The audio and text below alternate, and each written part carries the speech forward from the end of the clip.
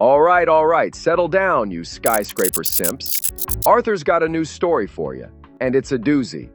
And this time, we're telling it from inside a work of art. See this city spread out before you? This ain't like any other computer trickery, folks. This is almost a handcrafted model of Manhattan. And let me tell you, it's something else.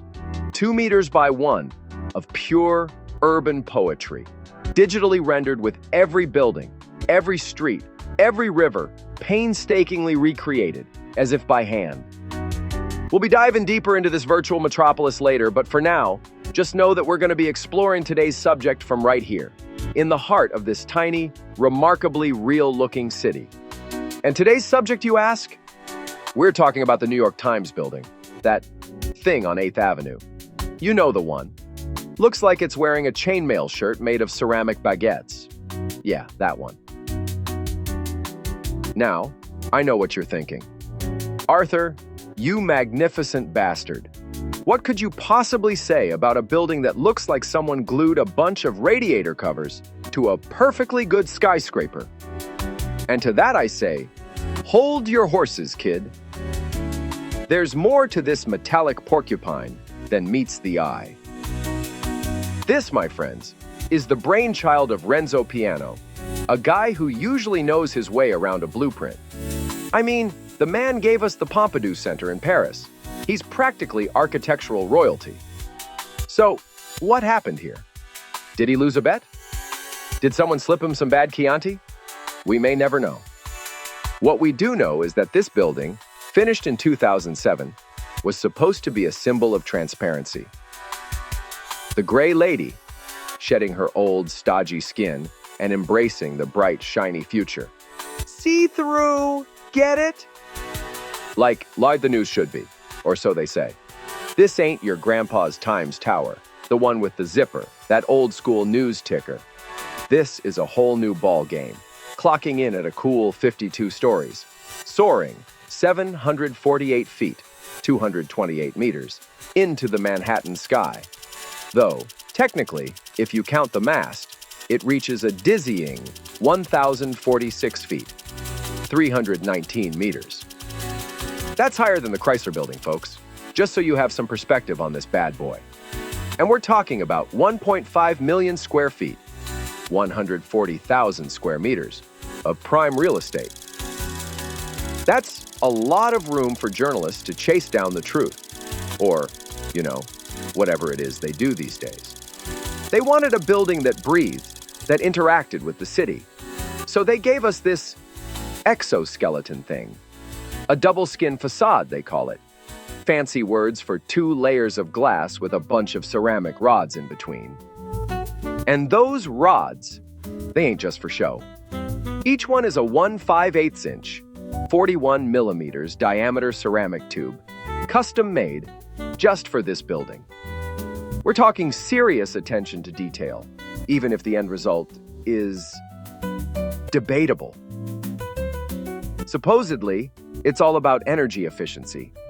Sunlight gets in, heat stays out, blah, blah, blah. Saves the planet, one ceramic baguette at a time. Look, I get the idea. I really do. And in theory, it's kinda cool. But in practice? Well, let's just say this building has divided the city more than a Yankees-Mets game.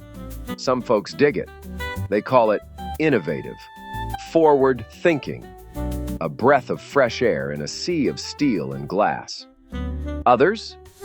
Not so much. They say it looks unfinished, like a construction site that forgot to take down the scaffolding, like it got stuck halfway through a costume change. I've even heard it called the ugliest building in New York, which, let's face it, in this town, that's saying something. And you know what? Both sides have a point, because that's the thing about architecture, isn't it? It's subjective. It hits you in the gut. It makes you feel something. And this building, love it or hate it, it definitely makes you feel something. Okay, I've been playing nice. I've been trying to find the silver lining, the beauty in the beast. You get the picture. But let's be honest, folks. Some buildings are like that weird uncle at the family reunion. You're not quite sure what to make of him, but you can't stop staring, mostly because you are wondering what the hell happened there.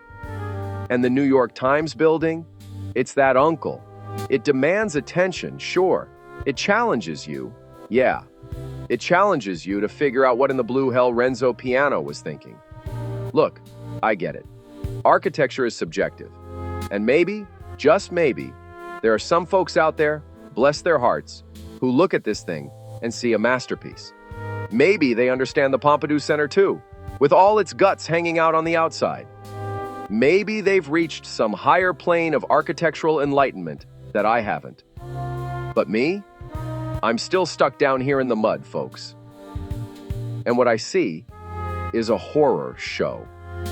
A half-finished mess that looks like it's perpetually under construction. I see a perfectly good skyscraper that someone decided to wrap in a giant, ill-fitting ceramic rod cozy and then forgot to take it back off. Now, don't get me wrong. I'm not saying Renzo Piano is a hack. The man's a genius most of the time. He's done some truly brilliant work in his later years. Take a look at the Centro Botín in Santander, Spain, for example. Now that's a building. Sleek, elegant, beautifully integrated with its surroundings. And most importantly, it looks finished.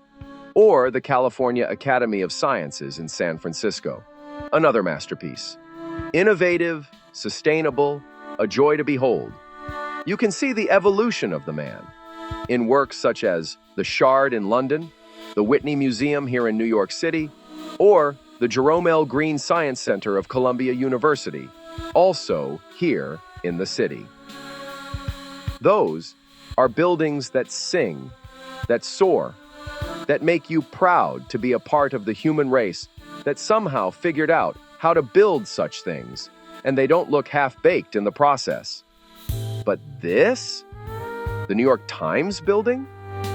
This feels like a misstep, a wrong turn, a senior moment from an otherwise brilliant career. Maybe one day the knowledge will dawn on me. Maybe one day I'll finally get it. But until then, I'll be over here, admiring Renzo's completed masterpieces and wondering what the hell happened with this one. This is Arthur for Magnitudes, reminding you to keep looking up. You never know what you might see. And don't forget to like, comment, and subscribe. You know the drill. I need to keep the lights on, people, even if they are behind a wall of ceramic rods. Until next time, stay classy, New York. Or at least try to.